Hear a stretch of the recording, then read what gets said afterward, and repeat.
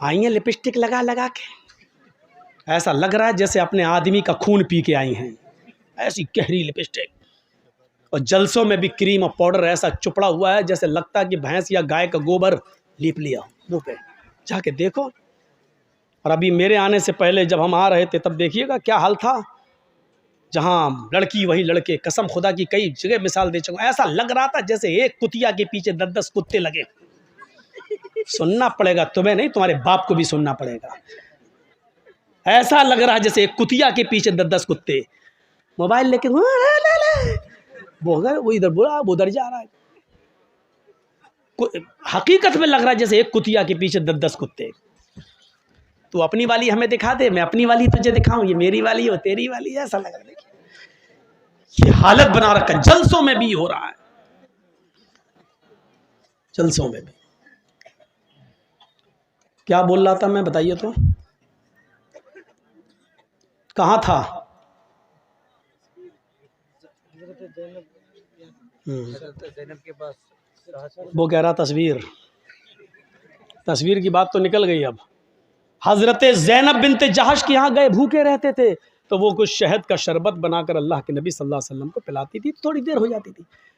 जिसकी कई बीवियां हों तो बीवियों में तो आपस में टसंग रहती ही है।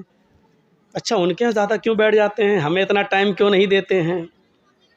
तो सारी बीवियों ने सलाह कर ली। क्या सलाह की?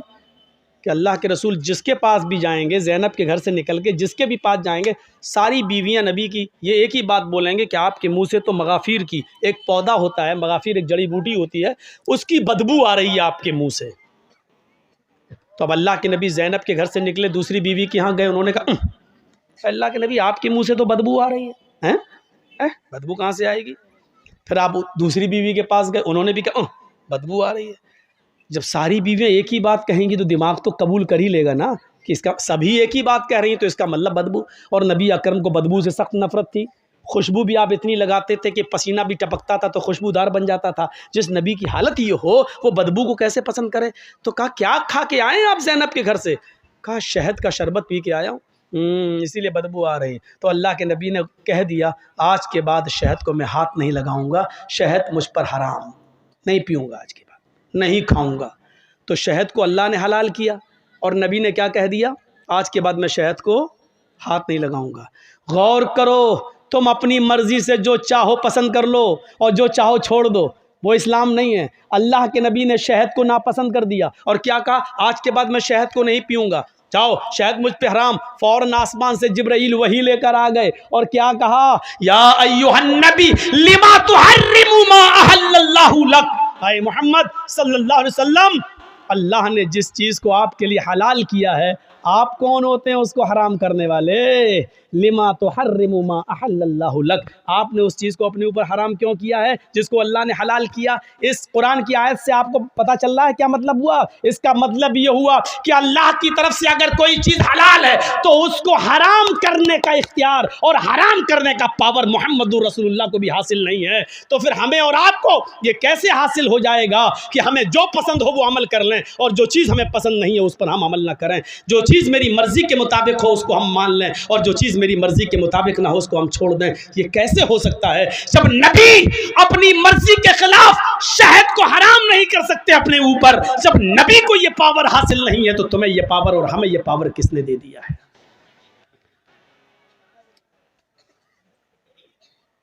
अगर इन तस्वीरों की कोई हैसियत होती तो अल्लाह की कसम अल्लाह ताला अपने नबी जनाब मोहम्मद रसूलुल्लाह की तस्वीर की हिफाजत जरूर करता। लेकिन देख लो, दुनिया में ईसाई भी मौजूद हैं, ईसाइयों के पास ईसा की तस्वीर मौजूद है, यहूदियों के पास मूसा की तस्वीर मौजूद है, दाऊदियों के पास दाऊद अलैहिस्सलाम की तस्वीर मौजूद है, इब्राहिम को मानने वालों के पास इब्राहिम की तस्वीर मौजूद है। सबने हिंदू भाइयों के पास कृष्ण जी की, रामचंद्र जी की, शंकर जी की, गणेश जी की, इनकी तस्वीरें मौजूद हैं। अगर दुनिया में किसी नबी की तस्वीर मौजूद नहीं है तो वो हस्ती है जनाब मोहम्मद रसूलुल्लाह सल्लल्लाहु अलैहि वसल्लम की। क्योंकि अगर आज नबी की तस्वीर होती तो कोई आदमी नमाज पढ़ने मस्जिद में जाता ही नहीं, कोई आदमी अल्लाह के नबी के रोज़े अक़दस पे जाता ही नहीं, वहाँ दरूद पढ़ता ही नहीं। वो अल्लाह के नबी की तस्वीर को अपने घर लगा लेता, वो नबी की तस्वीर पे हार या माला डाल देता, या तस्वीर को अपने घर में लगाकर 7 चक्कर उसी के लगा के कह देता कि हज हो गया। मेरे प्यारे साथियों, वो नबी अकरम की तस्वीर को छोटे छोटे टुकड़ों में लेकर उसका तावीज़ बनाता, उसको पहनता, और फिर नबी का फोटो अखबारों में छपता, नबी का फोटो पेपरों में आता, और कभी उसकी कटिंग होती और वो पैरों के नीचे रौंदा जाता। अल्लाह ताला को अपने नबी की ये रुसवाई और बेइज्जती गवारा न थी मेरे भाइयों, इसलिए अल्लाह ने जनाब मोहम्मदुर रसूलुल्लाह की कोई तस्वीर दुनिया में बाकी नहीं छोड़ी है, नबी का कोई फोटो बाकी नहीं छोड़ा, बल्कि नबी की ज़बान से ये कहलवा दिया, इन्ना शद्दन्नासी अज़ाबन यौमल क़ियामा अल मुसव्विरून। दुनिया में क़यामत के दिन जहन्नम के अंदर सबसे सख्त अज़ाब उसको दिया जाएगा जिसने दुनिया में तस्वीरें बनाई होंगी, तस्वीरें खींची होंगी। उससे कहा जाएगा इन तस्वीरों में तू जान डाल, इन तस्वीरों में तू रूह डाल, और जाहिर है कि उन तस्वीरों में वो रूह डाल नहीं सकता। फिर अल्लाह की एक पैदा करदा मखलूक की तूने तस्वीर क्यों बनाई? जब उसमें जान डालने की ताकत नहीं थी तो तूने क्यों? आए शादियों में दूल्हा और दुल्हन के फोटो खींचने वालों, आए अपने बिस्तरों पर, अपने बेड पर शादी का मियाँ और बीवी का फोटो लगाकर बेड पर चिपकाने वालों, मियाँ और बीवी की तस्वीर अपने कमरे में लटकाने वालों, तैयार हो जाओ। इन्ना शद्दन्नासी अज़ाबन यौमल क़ियामा, क़यामत के दिन सबसे ज्यादा सख्त अज़ाब इन्हीं को होगा जो दुनिया में तस्वीरें खींचते हैं, दुनिया में तस्वीरें बनाते हैं। और सबसे ज्यादा सख्त अज़ाब उकिलतु बिसलयूता बिजहन्नम यौमइज़िन लहा, क़यामत के दिन जहन्नम खींच कर लाई जाएगी। जहन्नम के अंदर 70,000 लगामें पड़ी होंगी और जहन्नम को खींच कर लाया जाएगा। जब जहन्नम को खींच कर लाया जाएगा, जहन्नम चीख रही होगी। और सुनो, हाँ सुनो, कुरान सुनने के लिए बुलाया, हदीस सुनने के लिए जर्जीस को दावत दी, तो सुनो, हाँ सुनो, जहन्नम जब खींच कर लाई जाएगी, अल्लाह कहेगा अरे जहन्नम क्या चाहती है? जहन्नम चीखेगी और कहेगी उकिल्तु बिसलास, आय अल्लाह मेरे अंदर 3 किस्म के लोगों को पहले डाल, 3 गुनाहगारों को मेरे अंदर पहले डाल। अल्लाह कहेगा ए जहन्नम बता तेरे अंदर 3 कौन से गुनाहगारों को डालो? सबसे पहले वो नाम लेगी, आय अल्लाह उकूकुल वालिदैन, माँ बाप के सताने वालों को, माँ बाप को रुलाने वालों को जहन्नम में मेरे अंदर सबसे पहले फेंक। दुनिया में जो अपने माँ बाप को सताया करते थे, माँ बाप के साथ जुल्म करते थे, माँ बाप को नजरअंदाज करते थे, माँ बाप को खून के आंसू रुलाते थे, पाल पोस कर माँ बाप ने बड़ा किया, उनको अजियत और तकलीफ देते थे, उनको तू जहन्नम के अंदर मेरे पेट में पहले डाल। अल्लाह जहन्नम की ख्वाहिश पूरी करेगा और माँ बाप के नाफरमानों को जहन्नम के अंदर डाल दिया जाएगा।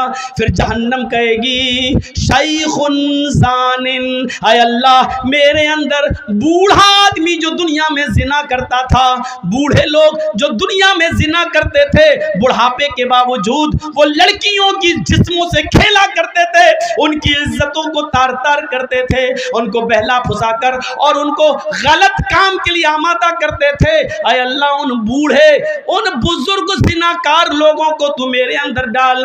नौजवान से तो एक बार गलती होती है, वो जवानी का नशा है, हालांकि वो भी जहन्नम में सजा भुगतेंगे, वो अपने हिसाब किताब के बाद जहन्नम में जाएंगे, लेकिन जहन्नम जिनको मांग रही है वो कह रही है कि मेरे अंदर बूढ़े जिनाकारों को, बूढ़े जानियों को तू मेरे अंदर डाल, जिन्होंने बुढ़ापे के बाद भी, जबकि उस उम्र में शहावत कम हो जाती है, इस उम्र में शहावत की कमी हो जाती है, इसके बावजूद उन्होंने लड़कियों की इज्जत से खिलवाड़ किया। आय अल्लाह इस बूढ़े जानी को तू जहन्नम के अंदर डाल। अल्लाह बूढ़ो जना करने वाले बूढ़ों को भी जहन्नम के अंदर डाल देगा। कहे अल्लाह एक मखलूक और रह गई है, तो उसको भी मेरे अंदर डाल। अल्लाह कहेगा बता कौन सी मखलूक है? अल मुसव्विरून। जहन्नम चीख चीख कर कहेगी तस्वीर बनाने वालों को, तस्वीर खींचने वालों को, फोटो बनाने वालों, फोटो खींचने वालों को अल्लाह जहन्नम मुतालबा करेगी, जहन्नम पूछेगी, जहन्नम अल्लाह से मांगेगी और अल्लाह जहन्नम की फरियाद पूरी करेगा और जहन्नम में इन तस्वीर बनाने वालों को, तस्वीर खींचने वालों को भी डाल दिया जाएगा। एक चीज होती है मजबूरी में किसी चीज की इजाजत देना। पासपोर्ट बनवाना है, जरूरत है। आधार कार्ड में आपका फोटो लगना है, जरूरत है, खींच सकते हो। बैंक में पासबुक के अंदर और बैंक में आपका फोटो लगना है, आप दे सकते हैं। ड्राइविंग लाइसेंस में आपका फोटो लगेगा, आप दे सकते हैं। ये चीज जायज है, जरूरत है, आप दीजिए। बिना जरूरत क्यों? एक आदमी वीडियो में किसी की तकरीर रिकॉर्ड करता है लेकिन अपने पास रखने के लिए, तो गलत है, लेकिन उसको आम करता है और जाहिर करता है और दूसरी जगह पहुंचाता है, तो एक ज़रूरत है। क्योंकि ये तकरीर आज ज़िक्रा में हो रही है, तो जाहिर है कि इसको यूपी और बिहार और उड़ीसा वाले नहीं सुन पा रहे हैं। अब वो चाहता है कि ये तकरीर जो ज़िक्रा में हुई पूरा हिंदुस्तान सुने, पूरी दुनिया सुने, और उसको नश्र करके दूसरी जगह पहुंचा रहा है। तो ऐसी जगह पर उसकी वीडियो बनाकर तकरीर की गर्ज से डाला जा सकता है, लेकिन उसमें कटिंग करके, ये हरामीपना है। मौलाना जर्जीस ने मोदी को ललकारा, ये हेडिंग बना के मौलाना जर्जीस ने वसीम, अब देखा मना करने के बावजूद भी वही चीज़ डाली गई है। मौलाना जर्जी, और वही चीज़ मैंने कहा कि वो सब कुछ बदल गया, लेकिन वो बीच वाला हिस्सा कैसे बदलेगा, अपनी मशीन कैसे, उसी को काट छांट कर इन यूट्यूबर वालों ने उसी चीज़ को दिखाया है। अब बताइए कि ये लोग रात में पैदा हुए थे अपनी अम्मा के पेट से कि दिन में? इनकी खोपड़ी देखिए। इनको इस बात का एहसास नहीं कि इस बात को अगर हिंदू लोग सुनेंगे तो मौलाना जर्जीस के ऊपर क्या कितने केस बनाएंगे।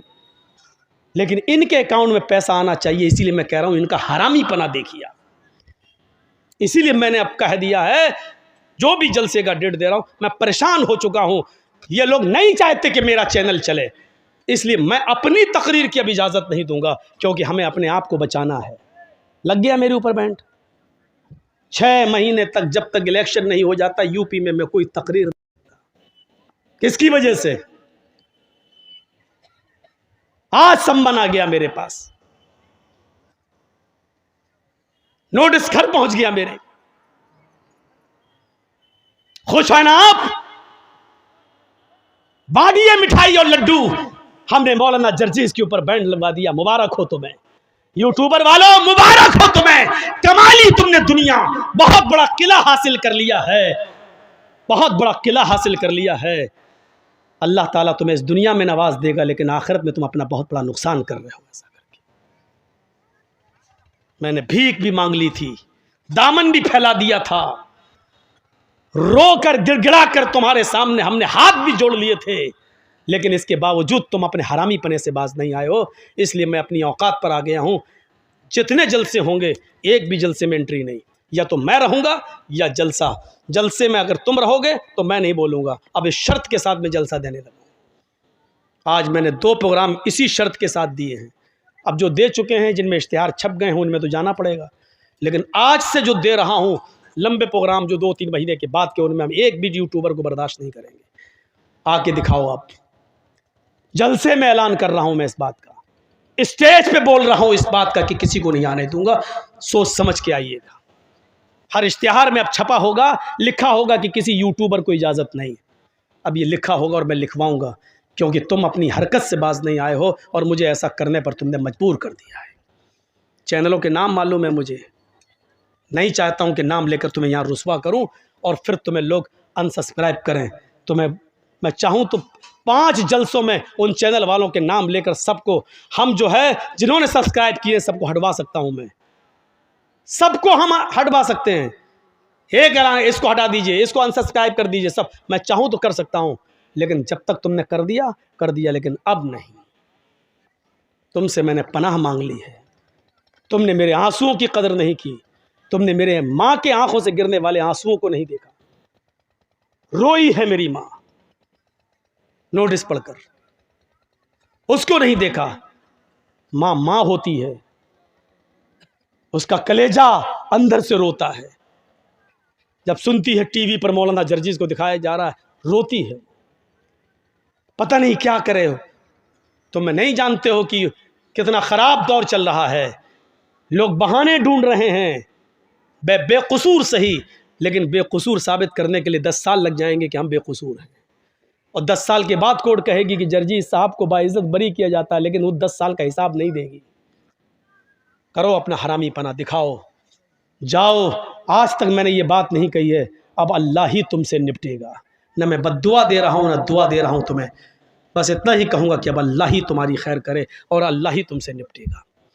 तुमने हमें रोने पर मजबूर कर दिया, परेशान करके रख दिया। तुमने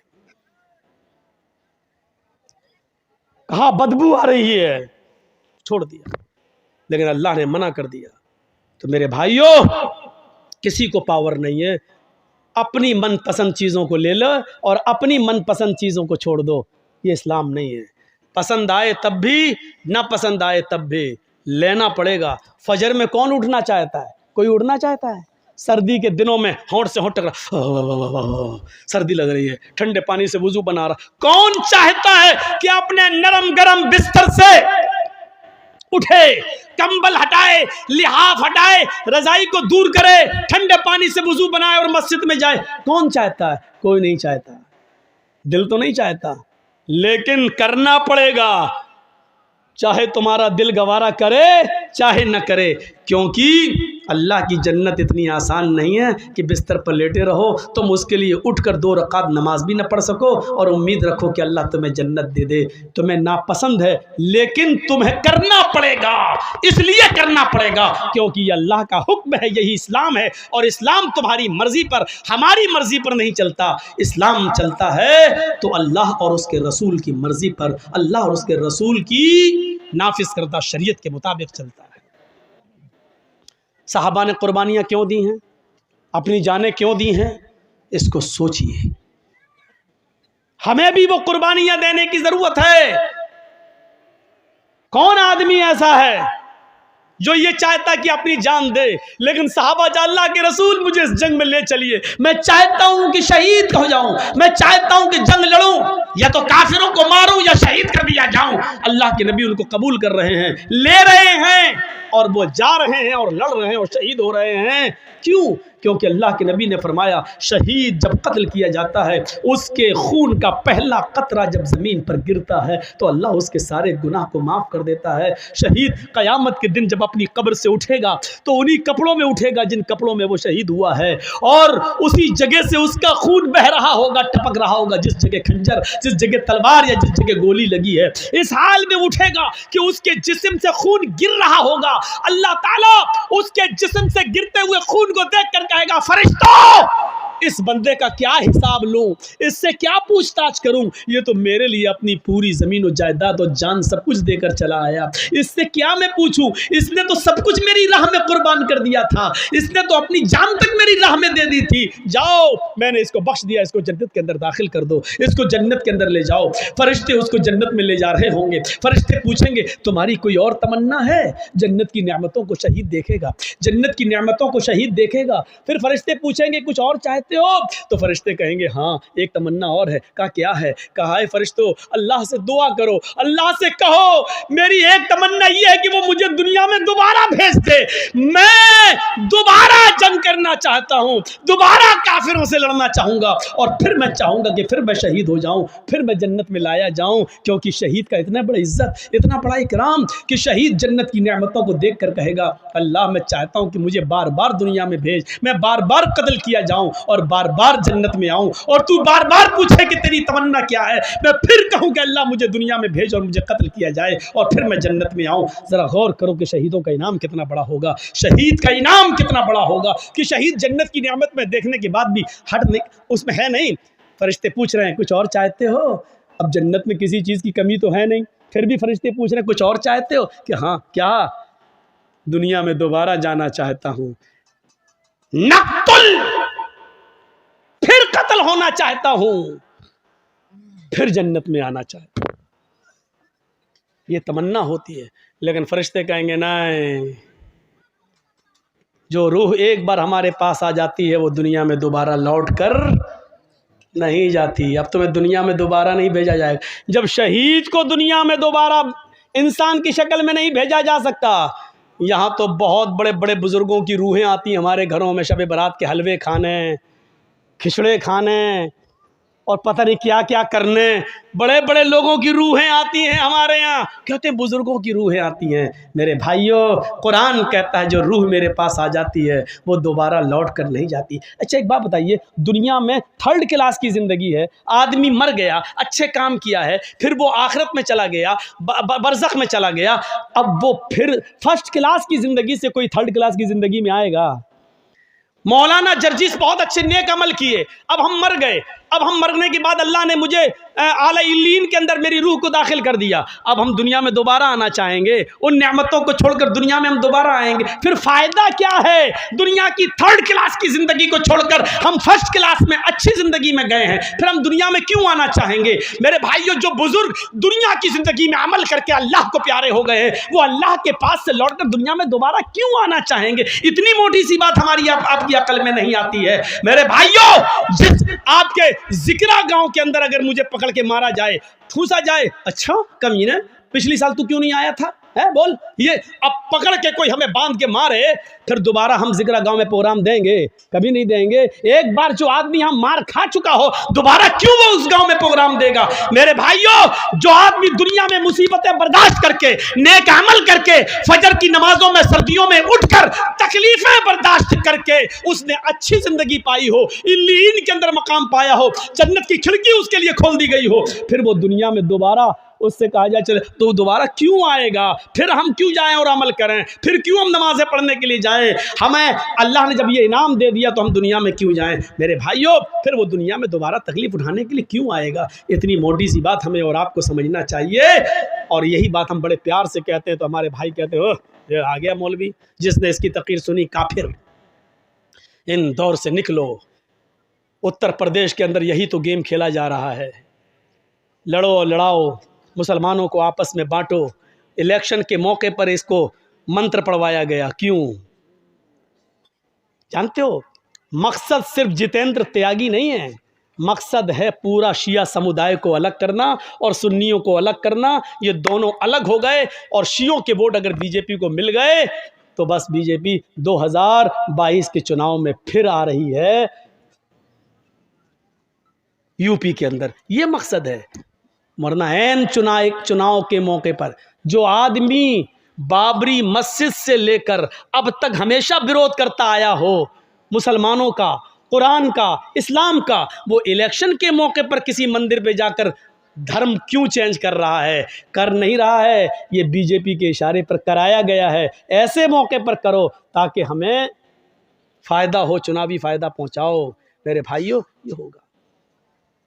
दुआ करो इसका भी वही हश्र हो जो सलमान रश्दी का हुआ है, इसका भी वही हश्र हो जो तस्लीमा नसरीन का हुआ है। आपको मालूम है कुरान के ऊपर जिन लोगों ने एतराज़ात किए उनका हश्र क्या हुआ? तस्लीमा नसरीन ने पहले लज्जा किताब लिखी, इस्लाम पर कीचड़ उछाला, दूसरे लोगों ने बड़ी इज्जत की, आओ आओ बहुत अच्छा काम किया।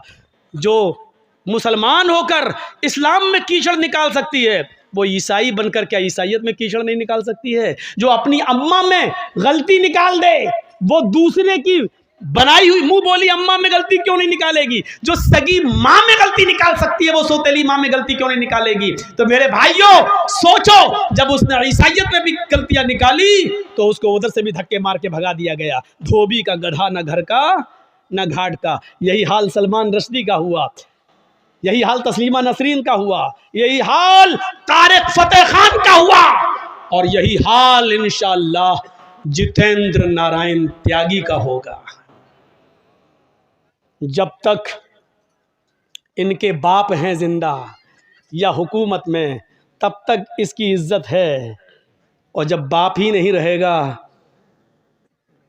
तो इसकी इज्जत भी नहीं रहेगी, और बाप जिंदगी भर नहीं रहेगा। ये आपको मालूम है ना?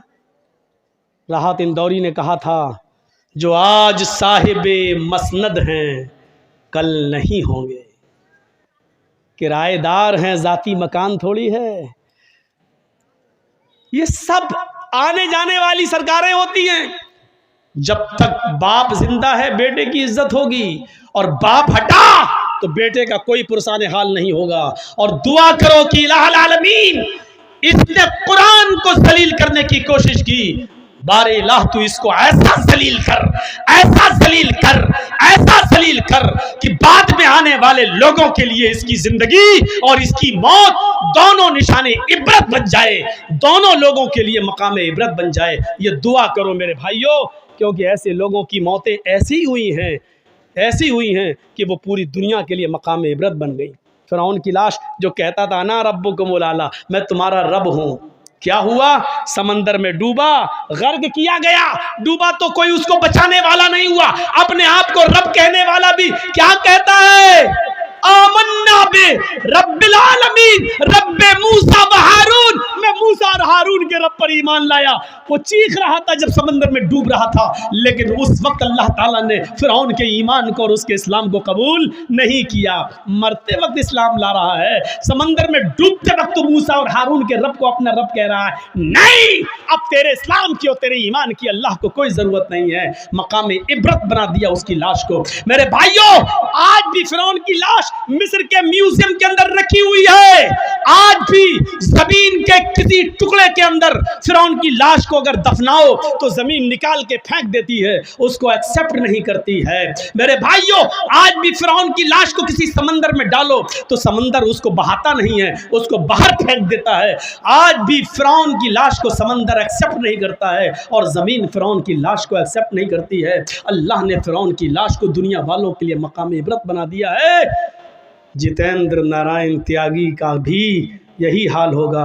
उसकी जिंदगी और उसकी मौत दोनों बाद में आने वाली नस्ल के लिए मकाम इबरत बनेगी। चले थे साहब कुरान बदलने, 26 आयतें निकाल कर दम लूंगा, कुरान को बदल के दिखाऊंगा, कुरान से 26 आयतें निकलवा के दिखाऊंगा। चले थे कुरान को बदलने, अल्लाह ने ऐसा बदला कि देख, जो हमारी किताब को बदलने का ख्वाब देखते हैं वो खुद बदल जाते हैं। और फिर वही चीज़ जो कल और परसों मैंने कही थी, वो जब पूजा करेगा तो फ़ख्र करेगा मैं हिंदू हूँ, अग्नि की पूजा करेगा तो फ़ख्र करेगा कि मैं हिंदू हूँ, चंदन लगाएगा, सब कुछ लगाएगा, सब कुछ करेगा मूर्ति, लेकिन जब पेशाब करने बैठेगा तो उसको गुस्सा आएगा, कम बखत यहीं से मैं हिंदू नहीं हूँ। जब भी वो पेशाब और लैट्रिन करने जाएगा वो कहेगा कम बखत ये और बदल जाती। गलती करी बेचारे उस पंडित ने जिसने इसको हिंदू बनाया था। उसको सबसे पहले बीच वाली चीज़ बदलनी चाहिए थी कि यहाँ से तो तुम मुसलमान हो, ये तो बदलो पहले। हो सकता है हुकूमतें फ़ोन कर रही हो, जापान, जर्मन, अमेरिका, कि भाई बीच वाली चीज़ को चेंज करने का और नॉर्मल जैसे बच्चा पैदा होता उसी तरीके से हो जाए। ऐसी कोई सर्जरी है? ऐसी कोई सर्जरी मिल नहीं रही है। शायद उन लोगों ने ये कहा हो कि नहीं साहब, बेहतर इसी में है कि इसका खतना ख़त्म कराने के लिए आपको पूरी की पूरी गायब करना पड़ेगी। हो सकता है कि इसको बाद में हिंदू भाई ये कहने के लिए ख़त्म कराओ, ये खतना हमें जीने नहीं दे रहा है, ये हमारे धर्म में कलंक बन रहा है, इसको ख़त्म करो। और जब अगर बीच वाली चीज़ को ख़त्म कर दिया तो तुम फिर बीच ही वाले बन जाओगे, ना मर्द रहोगे ना औरत, फिर ज़िंदगी भर। देखा अल्लाह ने कैसे बदला। चले थे कुरान बदलने, अल्लाह ने ऐसा बदला कि बीच वाला बनने की नौबत आ गई। अगर ऑपरेशन हो गया और बीच वाली चीज़ कट गई तो फिर रह क्या गया। और अगर नहीं बदली तो ज़िंदगी भर इस साला कोसता रहेगा अपने आप को, कम बखत, हट, हो सकता देखे भी नहीं, हट, ऐसे करके भाग जाए। जनेऊ कहाँ बांधेगा?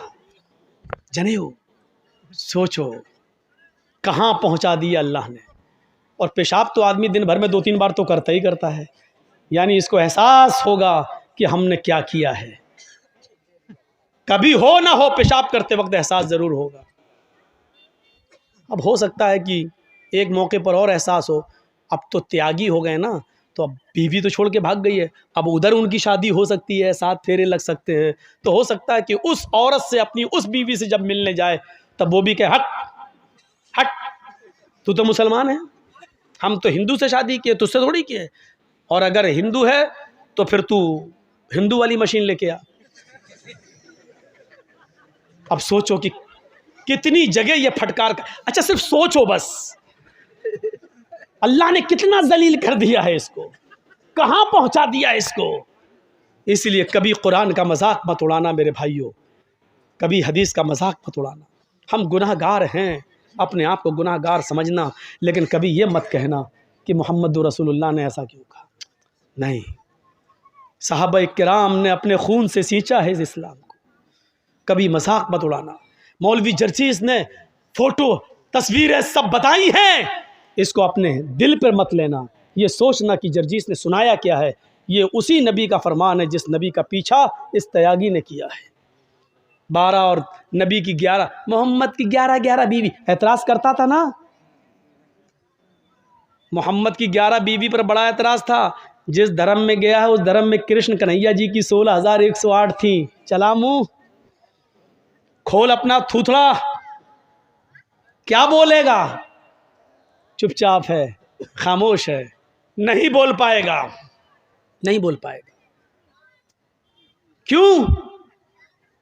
जिस चीज जिस मकसद के लिए गया है वो उसको पूरी हो रही है। केसों से बचने के लिए, और जो घोटाले और घपले किए तो उससे बचने के लिए, और मजीद दौलत पाने के लिए जहां गया था। इंसान दौलत के लिए इंसान क्या करता है?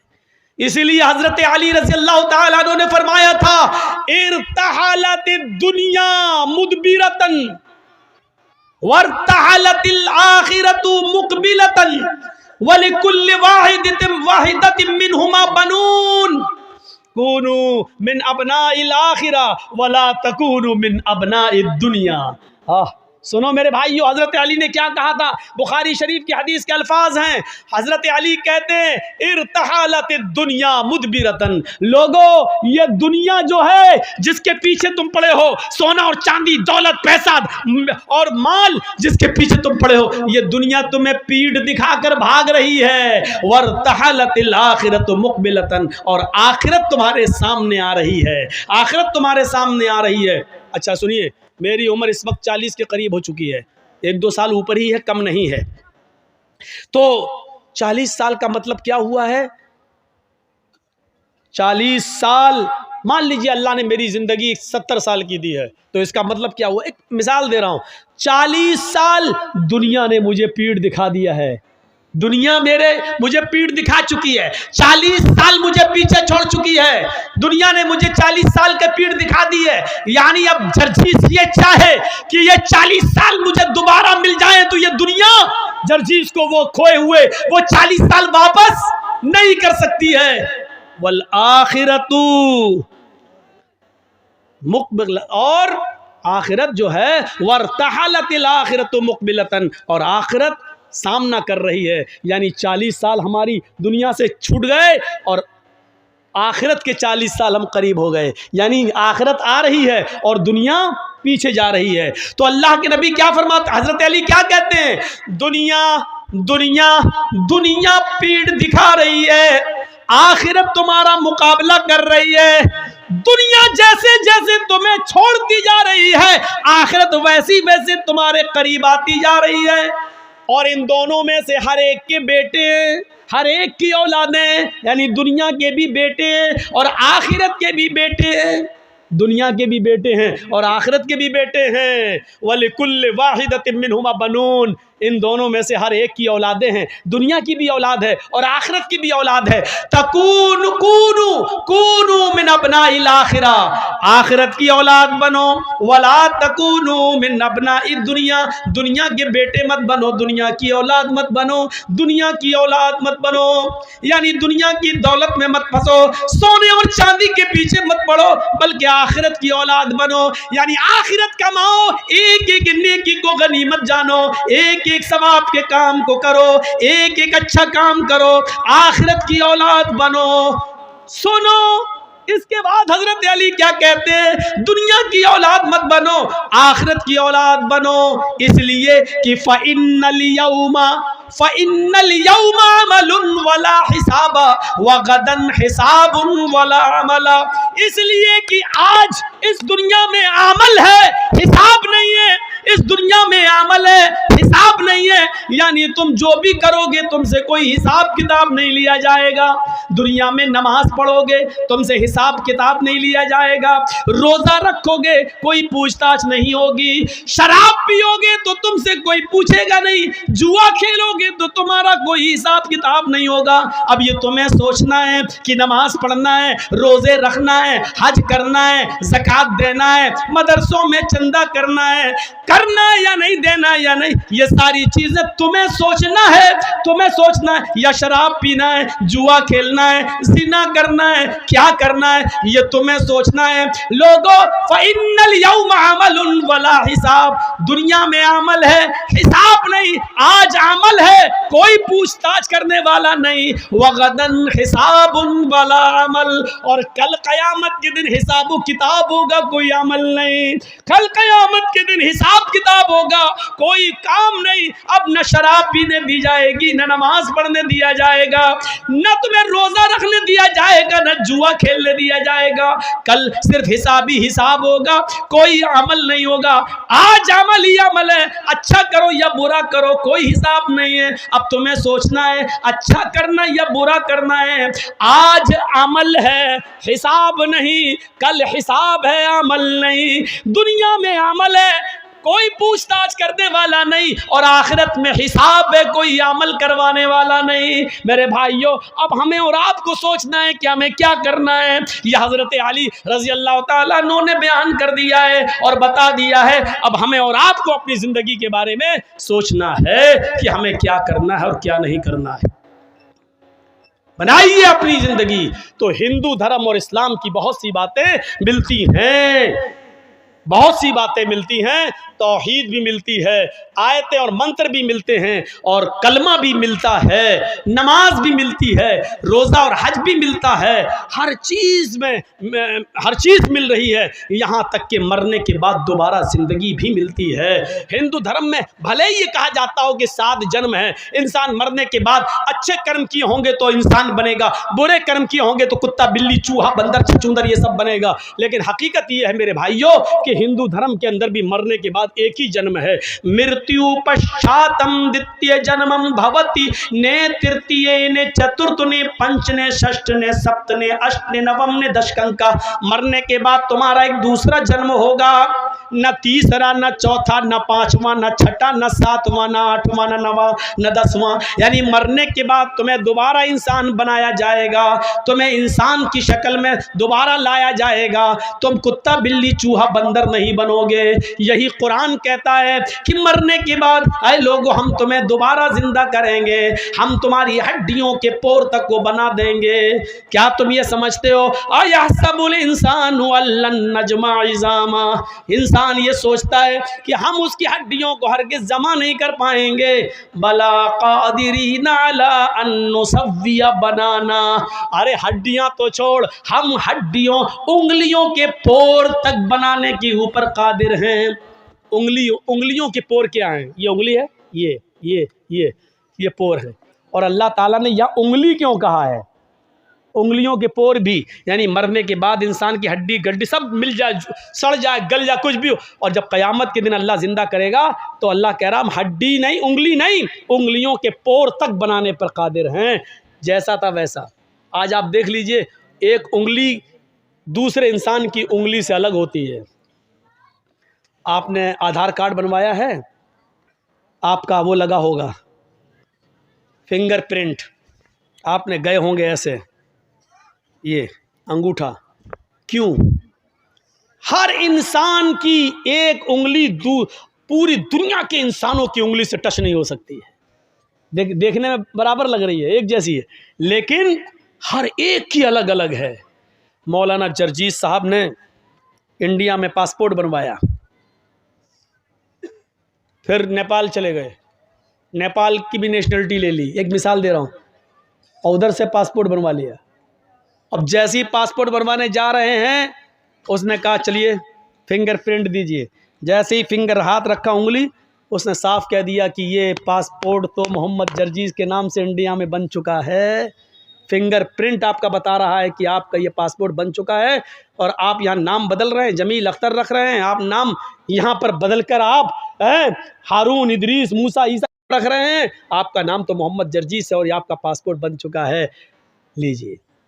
छोरी छुपे आप नेपाल के रहने वाले हैं, किसी तरह इंडिया में घुस गए, इंडिया से पासपोर्ट बनवा लिया। एक पासपोर्ट आपने उधर नेपाल में भी बनवा रखा है, आपका नेपाल का पासपोर्ट मोहम्मद जमील के नाम से है और इंडिया का पासपोर्ट आपका मान लीजिए मोहम्मद इदरीस के नाम से है।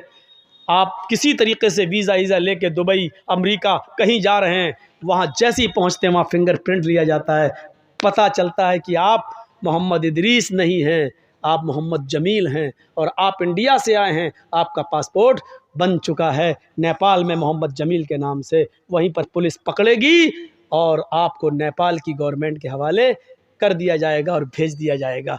जब उंगली, एक उंगली दूसरे अलग, अल्लाह ताला उसी उंगलियों से हर इंसान को, उसके पोर से और उसके फिंगर से हर इंसान को अलग अलग जिंदा करेगा। मेरे भाइयों, अल्लाह कहता हम उस पोर को भी बनाने पर कादिर हैं। भला कादिरी नाला नुसव्विया बनाना, हड्डियां तो बहुत दूर की बात, हम उंगली और उंगलियों में जो फिंगर प्रिंट होते हैं, जो हल्के हल्के निशान होते हैं, हम उनको भी बनाने पर कादिर हैं। बच नहीं सकता इंसान, और उसका हिसाब व किताब लिया जाएगा मेरे भाइयों। और ये अकल में भी नहीं आती है। अच्छा ये बताओ, ज़मीन में आप गेहूं डालोगे तो गेहूं पैदा होगा ना, चावल डालोगे तो क्या पैदा होगा, चावल। आम की गुठली ज़मीन में डालोगे तो उससे क्या पैदा होगा, आम। क्लियर है। कभी आपने देखा हो कि बोया हो आम और पैदा हो गया हो अमरूद, कभी आपने देखा है बोया हो आपने अंगूर और पैदा हो गया हो तरबूज, कभी आपने सुना, नहीं सुना। आम डालोगे आम पैदा होगा, तरबूज बोगे तो तरबूज पैदा होगा, लौकी कद्दू डालोगे तो लौकी और कद्दू पैदा होगा। जो चीज़ तुम ज़मीन के अंदर डालोगे उससे वही चीज़ निकलेगी और उसी का फल निकलेगा। अकल भी यही कहती है। मरने के बाद इंसान को जब तुम कब्र में दफन करोगे, ज़मीन में गाड़ोगे, तो इंसान से इंसान ही पैदा होगा या कुत्ता बिल्ली चूहा बंदर पैदा हो जाएगा। जब आम से अमरूद पैदा नहीं हो सकता तो इंसान से कुत्ता बिल्ली चूहा बंदर कैसे हो जाएगा। वो डार्विन की थ्योरी गलत है। हम अभी उस तरफ नहीं जाना चाहते कि पहले इंसान बंदर था और धीरे धीरे तरक्की करते करते क्या बन गया है। हम अभी उस तरफ नहीं जाना चाहते हैं और न हम उस साइंस को और उसके पन्नों को हम यहाँ छेड़ना चाहते हैं। हमारे सामने नस्ल और कौम भी वैसी होनी चाहिए जो उस तरीके की तकरीरों को समझ सके। यहाँ तो ये हाल है कि आधा घंटा मौलाना जर्जीस को देखा और उसके बाद फील्ड से लोग उड़ जाते हैं, इसलिए कि हिंदी उनकी समझ में नहीं आती है। मेरी तकरीर सिर्फ औरतों की समझ में आती है, बंगाल की, इसलिए कि मर्दों से ज्यादा औरतें सीरियल देख रही हैं। सास भी कभी बहू थी, अलिफ बाबा, अली का 40 चोर, ये सब सीरियल हमारी माँ बहनें देख रही हैं और वही देख देख के अपने शौहरों पर हुकूमत कर रही हैं। आपको मालूम है ना, एक बार हमारे पास भी एक औरत आई थी, बहुत पहले सुनाया था मैंने। वो औरत आई, कहती मौलाना साहब ताबीज़ दे दो। क्यों? कि मेरा पति मेरा कहना नहीं मानता। हमने कहा क्या चाहती हो कि तुम्हारा शौहर तुम्हारे कहने पे चले, तुम जहाँ कहो उठे वो उठे, तुम कहो बैठे तो बैठ जाए, क्या चाहती हो तुम्हारा गुलाम बन जाए। तो कहा मौलाना साहब आपने तो मेरे दिल की बात ही छीन ली। देखिए औरतों की प्लानिंग। हमने कहा अच्छा ठीक है, चलो तुम्हारा शौहर ऐसा हो जाएगा, तुम क्या चाहती हो। कहा यही चाहती हो। हमने कहा नाम बताओ तुम्हारा। कैसा मौलवी है। हमने क्यों, क्या हुआ, नाम लूंगी अपने शौहर का। क्यों? अरे नाम लेने से तो तलाक हो जाएगी। हमारे बड़े बड़े मौलाना कहते हैं कि पत्नी को पति का नाम नहीं लेना चाहिए। हमने कहा अच्छा, और हमें उसके मुंह से नाम निकलवाना था। तो मैंने कहा कि अच्छा ऐसी बात है। हमने कहा जब तक तुम नाम नहीं बताओगी तो तुम्हारा पति तुम्हारा गुलाम कैसे बनेगा। ताबीज़ में नाम लिखा जाएगा तभी तो तुम्हारा पति तुम्हारा गुलाम बनेगा। कहते अच्छा ये बात है कि हाँ। बुलाती है अपनी छोटी सी बच्ची को, वहाँ लला ललो बोलते हैं बरेली में, लड़के को लला लड़की को ललो। ललो इधर आ। हाँ क्या तेरे पापा का क्या नाम है। बच्ची कहती है रहमतुल्लाह, मेरे पापा का नाम रहमतुल्लाह। हमने कहा रहमतुल्लाह, हाँ हाँ हाँ हाँ। हमने कहा ये तो रहमतुल्लाह बता रही है कि हाँ यही नाम है। हमने कहा क्या नाम है? कहा यही जो बताया बच्ची ने। फिर भी नहीं बोल रही, वो भी बड़ी ढीठ है। तो हमने कहा क्या नाम है? ये बच्ची सही से नहीं बोल रही कि वही बोल रही है। सही है क्या? क्या है बच्ची? रहमतुल्लाह। हमने कहा रहमतुल्लाह कि हाँ हाँ जो आप बोल रहे हैं वही है। तो हमने कहा ये नाम तो तुम्हें लेना पड़ता है। कहा कभी नहीं लेती हूँ। हमने कहा तो इसका मतलब तुम नमाज नहीं पढ़ती हो? कहा नहीं नमाज 5 टाइम की पढ़ती हूँ। हमने कहा नमाज पढ़ती हूँ उसमें तो नाम आता है? कहा नहीं आता है। हमने कहा नमाज पढ़ती हूँ तो सलाम नहीं फेरती हो? क्या फेरती हूँ? हमने कहा उसमें तो आता है अस्सलामु अलैकुम बरहमतुल्लाह। रहमतुल्लाह आता है कि नहीं आता है? तो कहती है जब वो नाम आता तो नहीं लेती हूँ। तो हमने कहा फिर क्या कहती हो? तो कहती जब वो नाम आता तो मैं कह देती हूँ अस्सलामु अलैकुम ललो के अब्बा। मैं नाम नहीं लेती हूँ। अस्सलामु अलैकुम ललो के अब्बा, अस्सलामु अलैकुम ललो के अब्बा। बताइए ये हाल है। अल्लाह की कसम उस औरत ने ये जुमले कहे हैं, मुझसे कहे कि मैं नाम नहीं लेती हूँ। हमारे मौलवियों ने कहा कि नाम लेंगे तो तलाक हो जाएगी। बताइए लोगों ने ये बता रखा है, जबकि बीवी अपने पति का, बीवी अपने शौहर का नाम ले तो ये सुन्नत है, ये सुन्नत है। देखिए अल्लाह के नबी अपनी बीवी आयशा से कहते हैं आयशा जब तुम नाराज होती हो तो मैं समझ जाता हूं कि तुम मुझसे नाराज हो, और जब तुम मुझसे खुश होती हो तो मैं समझ जाता हूं कि तुम मुझसे खुश हो। हज़रत आयशा ने कहा अल्लाह के नबी कैसे? मैं तो कभी जाहिर नहीं होने देती हूँ अपनी नाराज़गी, फिर आप कैसे समझ जाते हैं? मैं नाराज़ भी होती हूँ तो हम जाहिर नहीं होने देते कि मैं नाराज़ हूँ, फिर आप कैसे समझ जाते हैं? फरमाया आयशा शौहर हूँ तुम्हारा, चेहरा पढ़ता हूँ, जानता हूँ तुम्हें। कहा नहीं बताइए आप मेरी नाराजगी का पता कैसे लगाते हो? फरमाया आयशा जब तुम मुझसे नाराज होती हो तो कहती हो किसी बात पर इब्राहिम के रब की कसम। क्या कहती हो? नहीं इब्राहिम के रब की कसम मैंने ऐसा नहीं किया, इब्राहिम के रब की कसम मैंने खाना खा लिया, इब्राहिम के रब की कसम। जब तुम मुझसे नाराज होती हो तो कहती हो इब्राहिम के रब की कसम, और जब तुम मुझसे खुश होती हो तो कहती हो मोहम्मद के रब की कसम। मोहम्मद के रब की कसम मैंने खाना खा लिया, आप दिखाइए। अल्लाह के नबी मोहम्मद आपके रब की कसम, मोहम्मद के रब की कसम। आयशा जब तुम मेरा नाम लेती हो तो मैं समझ जाता हूं कि तुम मुझसे खुश हो। आयशा की उम्र कितनी है? 9 साल। और अल्लाह के नबी की उम्र कितनी है? 54, 54 साल। लेकिन मियाँ और बीवी के दरमियान इतनी लंबी उम्र का फासला होने के बावजूद आयशा क्या कह रही हैं? मोहम्मद के रब की कसम। और अल्लाह के नबी क्या कह रहे हैं? नाम लो।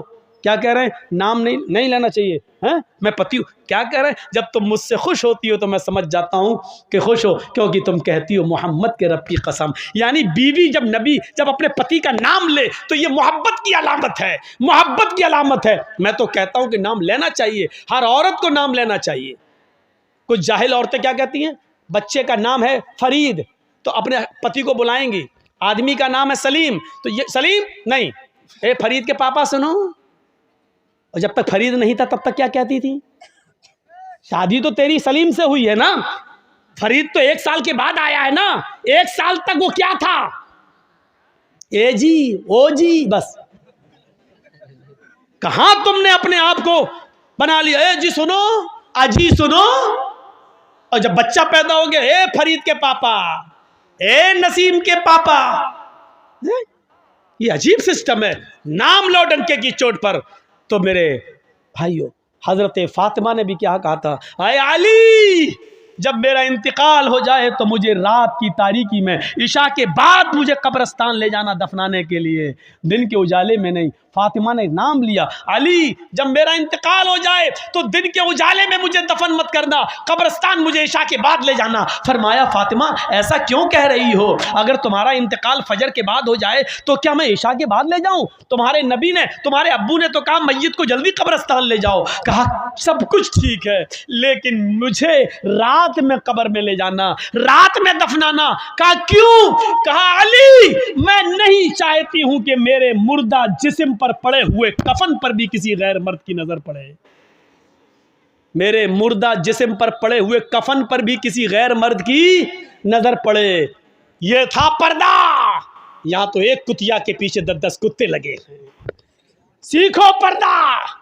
ये पर्दा था, मेरे मुर्दा जिस्म पर पड़े हुए कफन पर भी किसी गैर मर्द की नजर न पड़े। ये दिया है मोहम्मद की बेटी फातिमा ने इस्लाम का पर्दा, ये बताया है मोहम्मद की बेटी फातिमा ने कि पर्दा ये होता है, और इसी की दावत दी और इसी की तबलीग की है। मैं तो आपको ये नसीहत करता हूं कि गुस्से को पालिए, लेकिन इस गुस्से को आप अपने अंदर पाल पोस कर बड़ा करिए, और ये गुस्सा वहां दिखाइए जब आपका बेटा शराब पीते हुए घर पे आए, तब आपका गुस्सा आना चाहिए। आपकी बीवी बेपर्दा जब बाजारों में घूमती है, तब आपको गुस्सा आना चाहिए। इस गुस्से को संभालिए, और जहां गुस्सा होने की जरूरत है वहां गुस्सा कीजिए। यहां गुस्से की जरूरत है, यहां आपकी बेटी बेपर्दगी के साथ घूम रही है, मोबाइल लेती है, अपने जीजा की मोटरसाइकिल पे बैठ के बहनोई के साथ सफर कर रही है, और देवर की मोटरसाइकिल पर भाभी बैठकर जा रही है। आपके अंदर गुस्सा आना चाहिए, और आप अपने छोटे भाई से कहें, तेरी हिम्मत कैसे हुई कि तूने अपनी भाभी को यानी मेरी बीवी को पीछे बिठाया, मोटरसाइकिल पे बिठाया। और एक ससुर को अपने दामाद पर गुस्सा आना चाहिए कि तूने अपनी बीवी को छोड़कर मेरी दूसरी बेटी जो तेरी साली है वो तेरी मोटरसाइकिल पे बैठ के बाजार या स्कूल क्यों गई है। इस गुस्से को संभालिए, और इस गुस्से की जरूरत है यहां पेश करने की। आप इस गुस्से को परवान चढ़ाइए।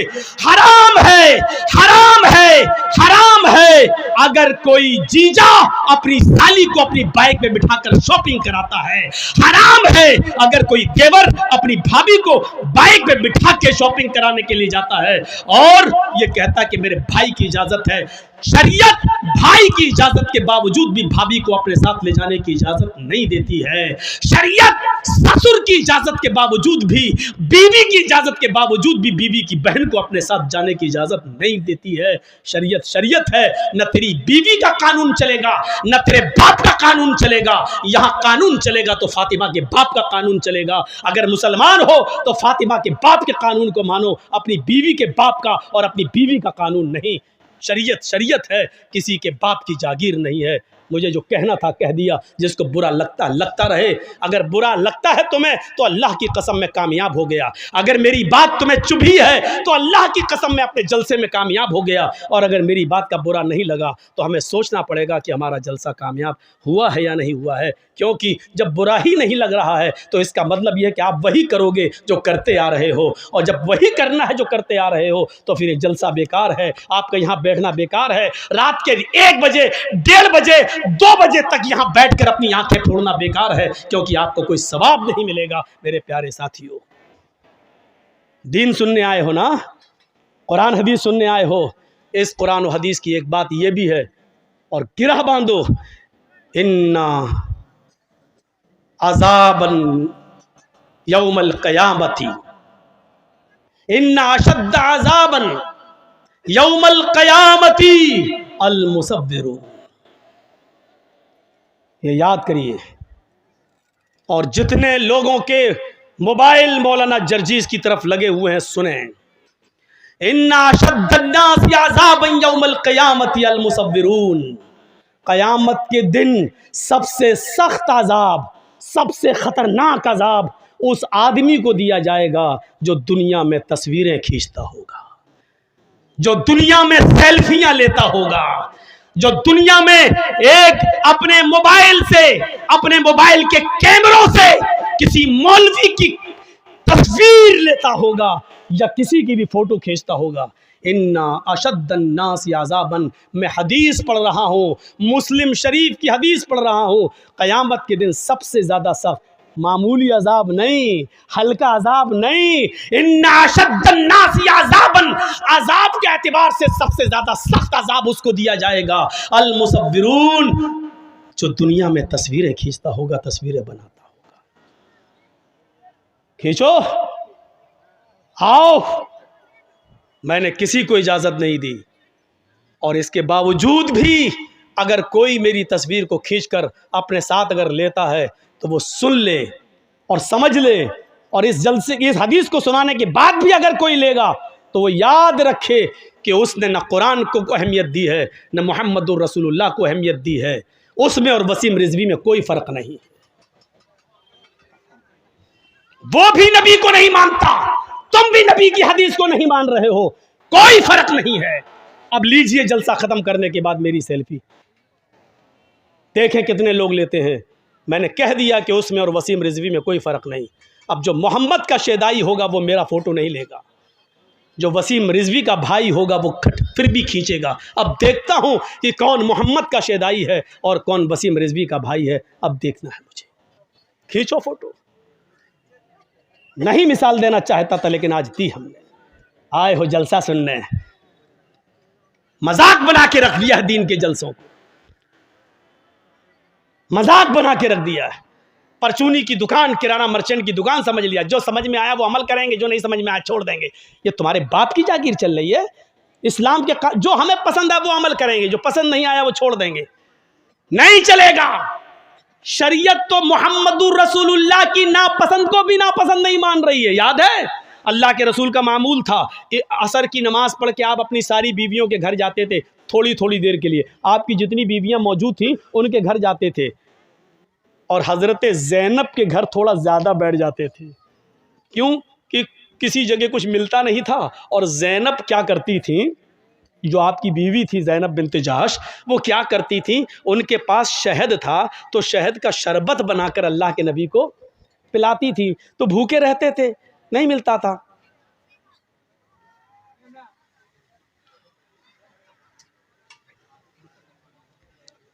कुत्ते की दुम 100 साल भी रखोगे नल के पाइप में और उसके बाद निकालोगे और ये सोचोगे सीधी हो जाएगी, सीधी नहीं हो सकती, वो टेढ़ी ही रहेगी। बिल्कुल कुत्ते की दुम सीधी नहीं हो सकती है। ऐसे ही इतना कहने के बाद भी इसका ज़मीर देखो वहीं से उठ रहा है, लग रहा है मोदी का बाप है। कोई परवाह नहीं। अरे जब इतना पेशाब लगता है तो बैठते क्यों हो? अब अल्लाह जाने पेशाब करने गए हो या मोबाइल पे बात हो गई है, फला जगह मिलेंगे, सब यहाँ हैं। बेटा जिस स्कूल में तुम पढ़ते हो उसका हेड मास्टर रह चुका हूँ मैं, जाकर देख लो। यहाँ जर्जी साहब सुन रहे, वहाँ मेला लगा है।